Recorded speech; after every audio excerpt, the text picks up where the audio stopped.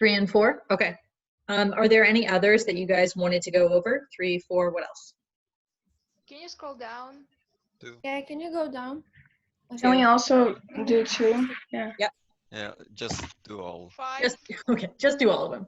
All of them. Yeah. So here, I can actually, before we get too far into it, I can show you guys what I've prepared for you guys for tonight's homework. So it's going to be a review of everything that we did on this first one. And then it's going to be 4 more problems on exponents and fractions. Okay, so we're going to review, but then also do something new. Cool? All right. Cool. Wait, we're supposed to do all of these? So this is Friday's assignment. Oh, Yay! I'm your favorite, right? Yeah. don't be like Mr. Andrew. Well, see, now that you've done your summative for Mr. Andrew, it's fine. Now you can give me, I can be the new Mr. Andrew. It's fine. It's cool. Okay, but let's keep going. All right. So what do I do here for number 2? The first step is always to do what? 162 minus 8. No, because this one, remember, it's like Post-it notes and paper clips. Oh, yeah. Right? I can't take 8 from 162 because they're unlike terms. So what was the first step is always going to be Find GCF. find the GCF first, always. Okay? So what is the GCF between these two? 8. Actually, it's not 8. 9. No. 2. Can I divide 8 by 9? No. Nope. It's 2. It's 2, exactly. So 162 divided by 2 is 81. 8 divided by 2 is 4. 4. And then I've got my t squared. Don't forget, where does this go? In front of the the brackets and then in the beginning. Good. Now, this type of problem, it's called the difference of perfect squares. Do you remember that? No. That's okay. So when we have the difference of perfect squares, 81 is a perfect square, right? I can take the square root of it, and it gives me 9. And then 4 is also a perfect square. The square root of 4 is 2. But I can also extend that. The square root of t squared is T. Exactly. Now, I want to be sure that I carry this down. So I'm subtracting them. But because it's the difference of perfect squares, I know that I'm going to have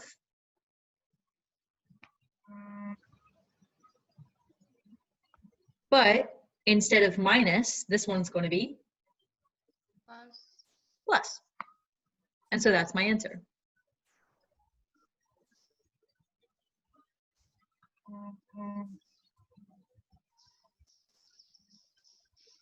Questions? No. Okay, so let's move on to number 3 then. So factorize completely. This type of problem is called factor by grouping. Anytime you see 4 terms that you're trying to factor, they're asking you to do it by grouping. So I'm going to put these 2 together and these 2 together. What is my GCF of these first 2 terms? P. P. And so when I factor that out, I take out my P. And then here I'm left with just A. plus B. Then my second group, what can I factor out? -2. Good. So I take out my -2. I'm left with A plus B. Questions so far? No. No. Okay. Now, this worked because what's inside the brackets is the same. If it's not the same, then you've done something wrong. Then we take these two, put them together, and then 1A plus B. And that's factor by grouping. Okay. Okay. All right. For number 4, factor completely. What's our first step? Find GCF. Good. What is my GCF? 3. 3. B. Good. 15 divided by 3. 5.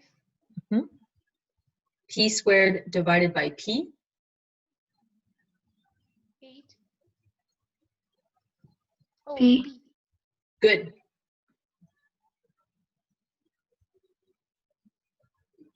8. 24.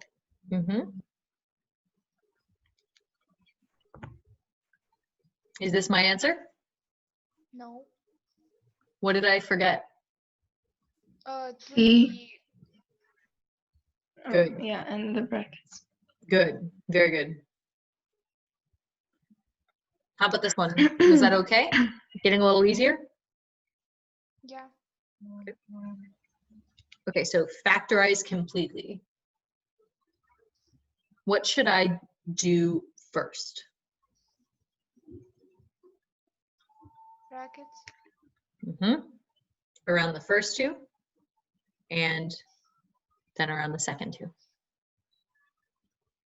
Then my GCF, 2. good. 2 divided by 2 is 1. A divided by 2 is just A. Do I need that 1? No. No, I'm just going to erase it because I don't want to have it if I don't need it. And then plus 4 divided by 2 is 2. But I've got to take that GCF and put it out there in front. Now, what about the GCF for my second pair? B. B. Good. AP, the P's cancel out, leaving me A plus 2. But I need to remember to take that factor, put it here.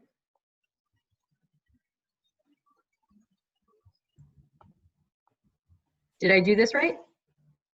Do both? Yes. So both match. So that means that I take these two and I put them out here. But it's important, is it 2P? No, because I'm taking a positive P out of both of them, it's 2 plus P. You've always got to have it like this, where it's 2 binomials. Do you guys remember what that word means, binomial?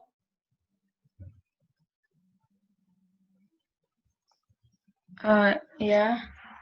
2 numbers. Yeah, so the root here, nomial,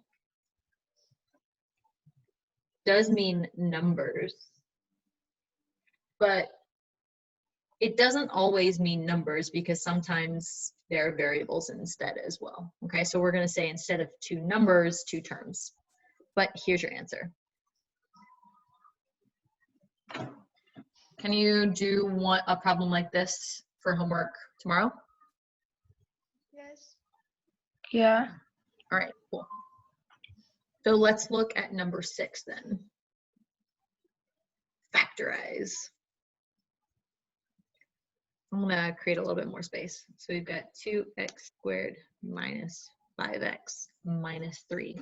So remember when we're factoring trinomials and I have a lead coefficient, I'm gonna slide it and multiply it.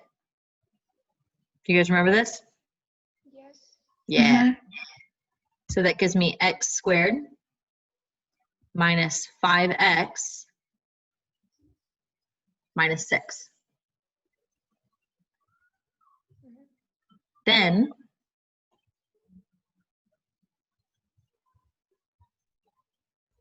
I went to numbers that multiply to negative 6 and add to negative 5.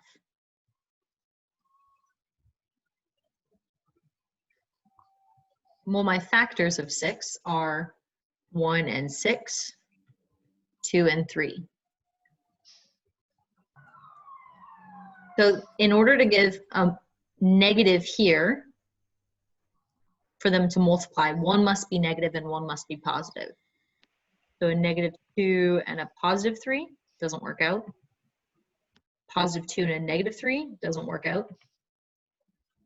Negative 1 and a positive 6, that gives me negative 6, but it adds up to a positive 5, but I want a negative 5. So I want a positive 1 and a negative 6 to add up to give me a negative 5. So then I'm going to take x plus 1 is one of my factors, and x minus 6 is my other factor. I'm not done yet. What do I do with that 2 out in front? You put it out of the brackets. Not exactly. This one's a little bit different. Oh, you divide it. Divide. Yeah. Good. And so for this one, I can't simplify it. So I'm just going to move it to the front.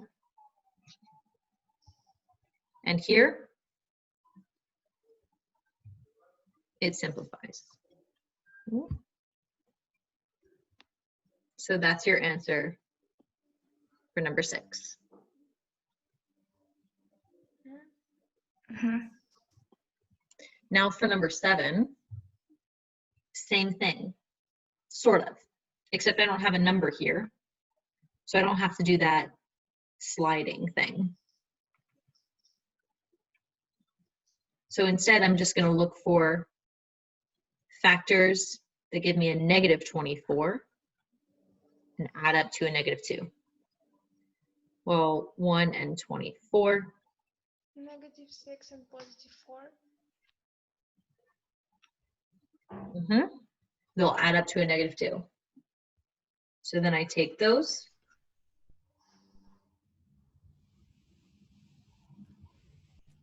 One factor is x minus 6. The other one is x plus 4. And that's our answer. So for both of these, we're factoring trinomials. What does that word mean, trinomial? 3 terms. Perfect, yeah. So trinomial, 3 terms. Good. Okay, solve. What's the first step that I should do when I am trying to solve here? So am I going to use SADMED or BEDMAS for this? SADMED. Good, because My y is in the middle. I need to isolate it. So I'm going to be sad about it. First thing that I wanted to do, wait, whoa, except, ooh, what we need to do first is we can't break into these parentheses yet. So I can't subtract this out because it's a part of this term. So the first thing I have to do is get rid of that 5. So I'm going to divide both sides by 5. And that gives me 2y minus 17 equals 12. So now I can't break into parentheses unless I do remember how I said like that married thing is that if two terms are in a relationship and they've got a ring on them, you can't do anything to one of them that you don't do to the other. So I'm first going to get rid of that 5 so that way I can get rid of the rings. Now what should I do? Add 17 to both sides. Good. Now I want to add 17 to both sides. Canceling that, giving me 2y equals 29.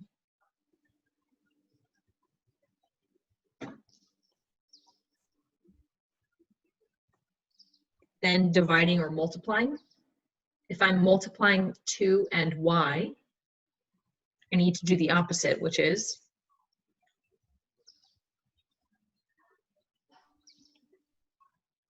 divide. So y equals 14.5. good.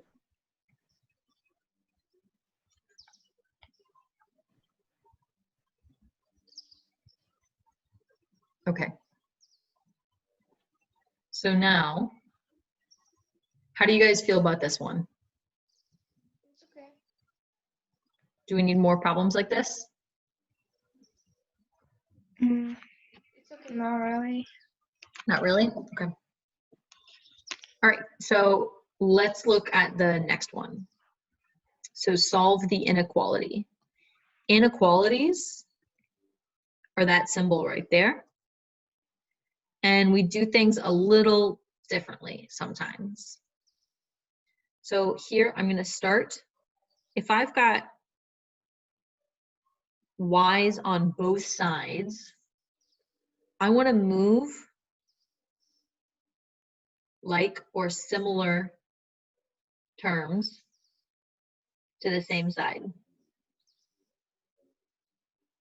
So to move this to the other side, I'm going to subtract 3y from both sides.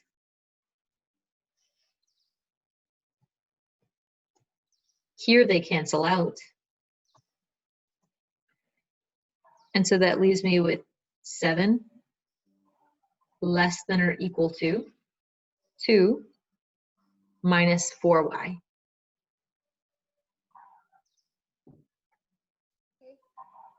Well, now it's just like any other problem.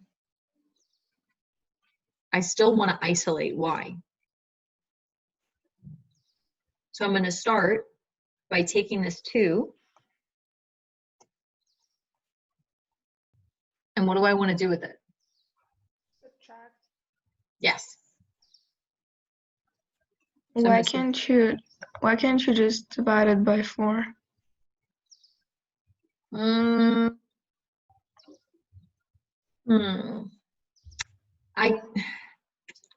Because the y is here, I'm trying to isolate it, right? And so am I using SADMED or The first. EDMOS? Yeah, so I have to subtract and add before I multiply and divide. Oh. So I'm going to subtract 2 from both sides. Here, these cancel out, leaving me just 5 less than or equal to negative 4y. What next?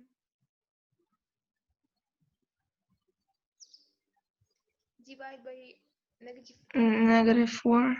Good. Now, here's something that you need to know.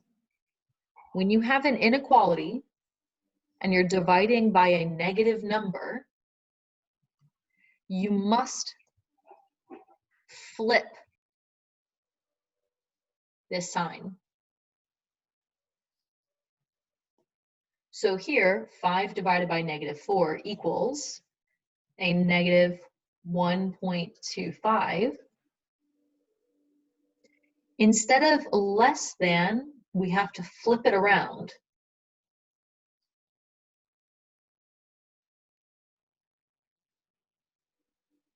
That's only when you divide with negatives. Okay? Okay.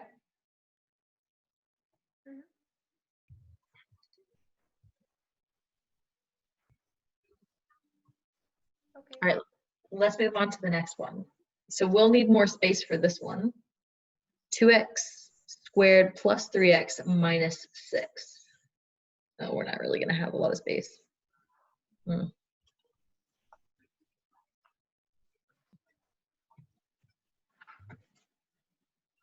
Right.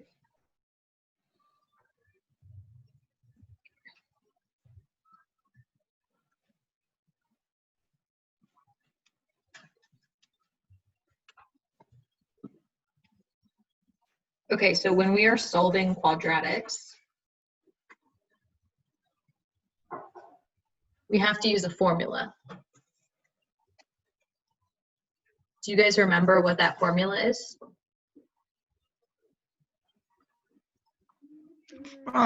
From the song? Yes, from the song.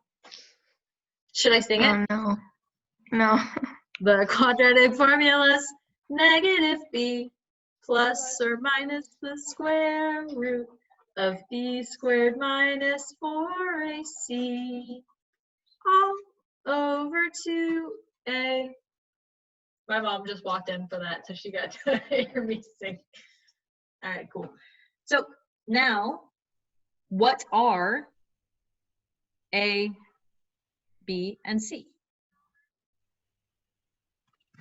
A is 2x squared. A is just 2. Okay. So B is 3. and negative C, 6. good, C is negative 6. Now we substitute. And every time we substitute, we want to put brackets around it, right?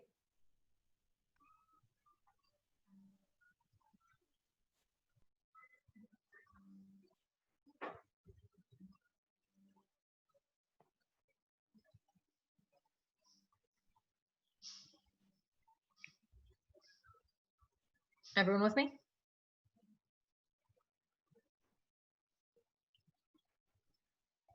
Yeah. Yeah. Okay. So now, am I going to use, when I'm putting these numbers together, am I going to use SADMED or am I going to use BEDMAS?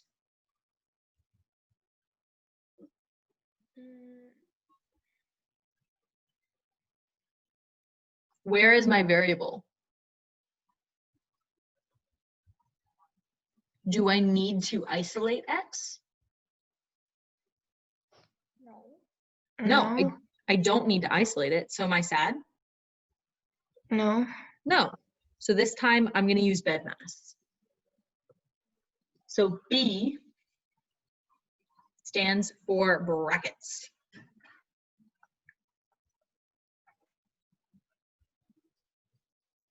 Any brackets here?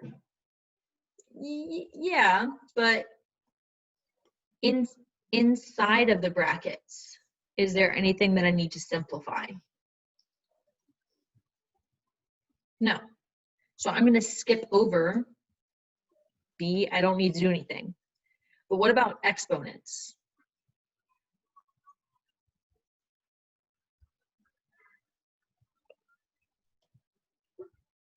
I want to simplify my exponents next. So I've got -3 plus or minus 9 minus 4 times 2 times -6 over 2 times 2. All right, well then next, I want to do my division or my multiplication. Okay, so here, we still have my -3 plus or minus 9. -4 times 2 is -8. -8 times -6 is a positive 48. Wait, 6 times 8 is 48. Over 4. Now the only thing left is to do addition or subtraction. So here I've got -3 plus or minus the square root of 57 over 4. Now I have 2 answers here. What is one of those answers? -3 plus square root of 57 over Mhm. 4. Exactly, yes. And then my other answer is? -3 minus square root of 57 over 4. Good. But the question asks for your answer in decimal. So I need to put these into the calculator. You know. Hold up, let me see if I can share my calculator with you. Okay. So here, I need to put these into the calculator. I want to be really careful. I'm going to put brackets around my numerator.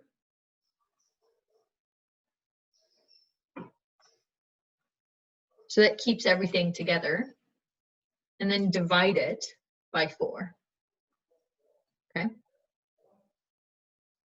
I hit enter, and it gives me 1.13. Well,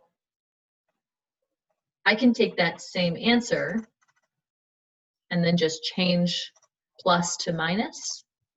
And so this is my other answer. And it asks for them in to 2 decimal places. So the answers here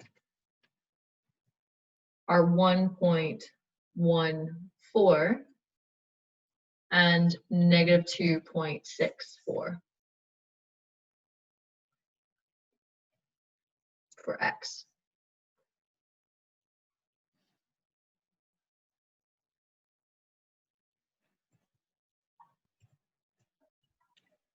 Okay.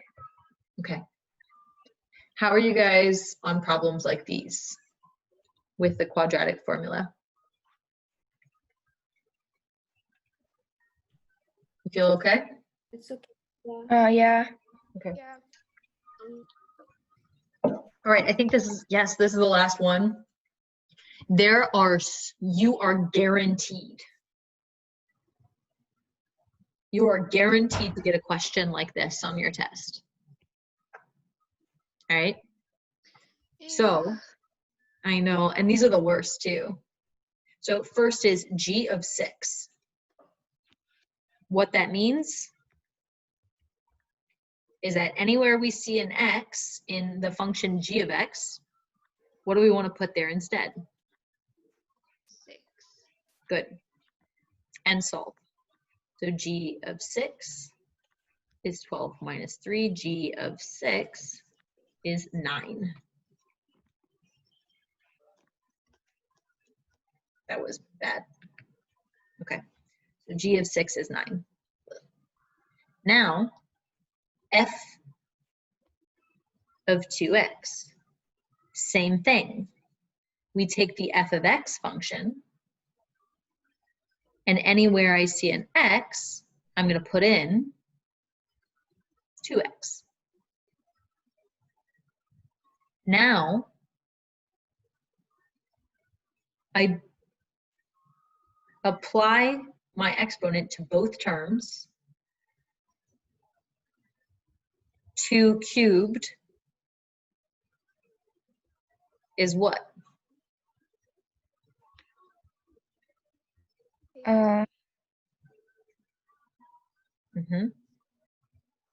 So f of 2x is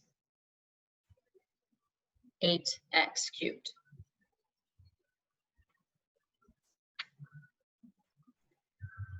Now, fg of x. When we solve problems like this, we had an additional parentheses around it like that. We don't see that here though.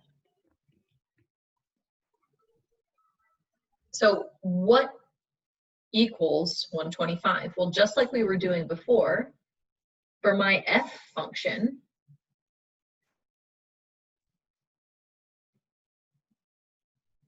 wherever I see an x, I'm going to put in my other function, g of x. So 2x minus 3.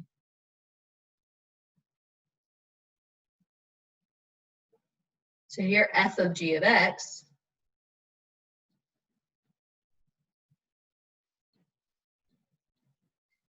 does everyone see how this equals this?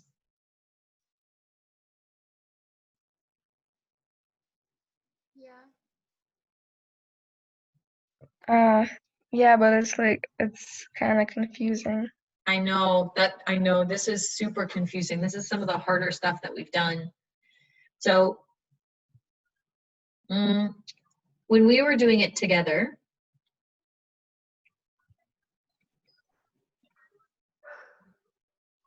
we would start off just by writing whatever the outer function is over here. So my f of x is x cubed, right? Then anywhere we see that x, we wanted to open up parentheses. Because instead of just having, it's not just f of x, it's f of g of x. So what I would do is I could then put g of x inside there.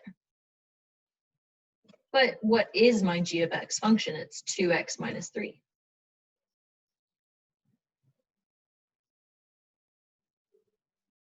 So f of g of x is really 2x minus 3 cubed.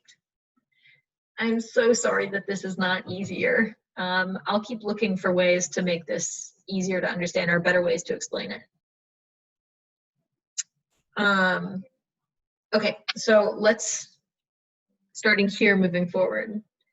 If 2x minus 3 cubed equals 125, what could I do? I don't want to take this and then distribute it, because I have a question. Is 2x cubed minus 3 cubed equal, are these equal to one another? Which ones? Down here. Oh, That's Uh,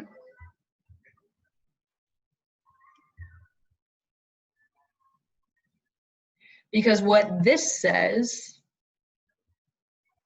is that is I that have, 2x is also with an exponent, right? so when I have 2x, when I have a binomial cubed, it means I have that binomial 3 times. And then I would have to multiply, multiply, multiply, multiply, and then add them all together. And then take that trinomial and then multiply, multiply, multiply. Okay, so that's totally not the same. But I don't want to do that here. That seems like a lot of work. What's the opposite of cubed?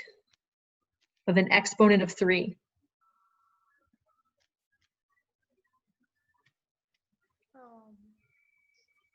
Cube root. Square Yes. root. Okay, Olivia, right idea, a root, but different number. Oh, shoot. So here, I'm going to take the cube root of both terms. So these two cancel out, leaving me just 2x minus 3. And the cube root of 125 is 5.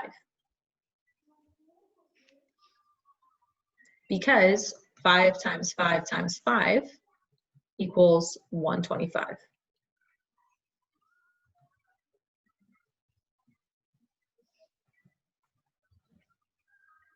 All right, well, now this is just a linear equation.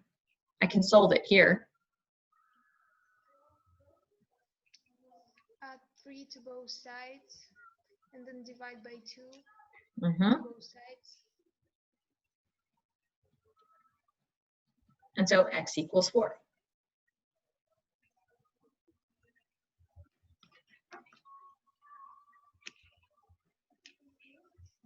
Lastly, inverse. Do you guys remember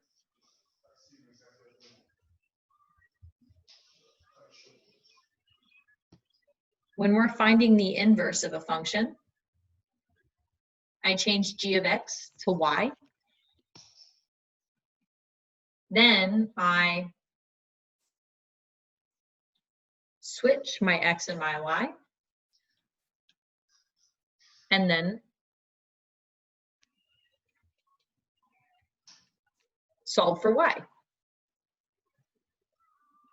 So I'm going to add 3 to both sides. And then divide both sides by 2.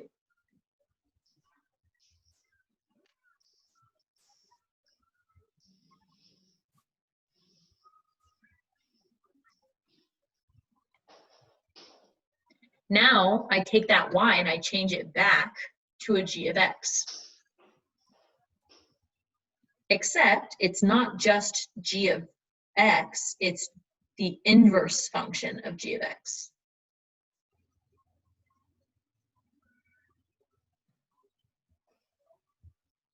Okay.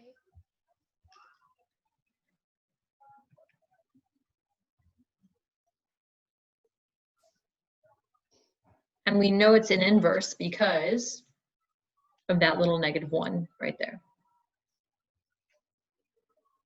Mm-hmm. Okay. Do you guys want me to send you screenshots of this? Actually, I've got step-by-step answer keys that I already emailed to you guys, so that should probably be, actually, but do you still want copies of this? Yes, please. Can I just take the picture of the last questions? Yeah, sure. There you go.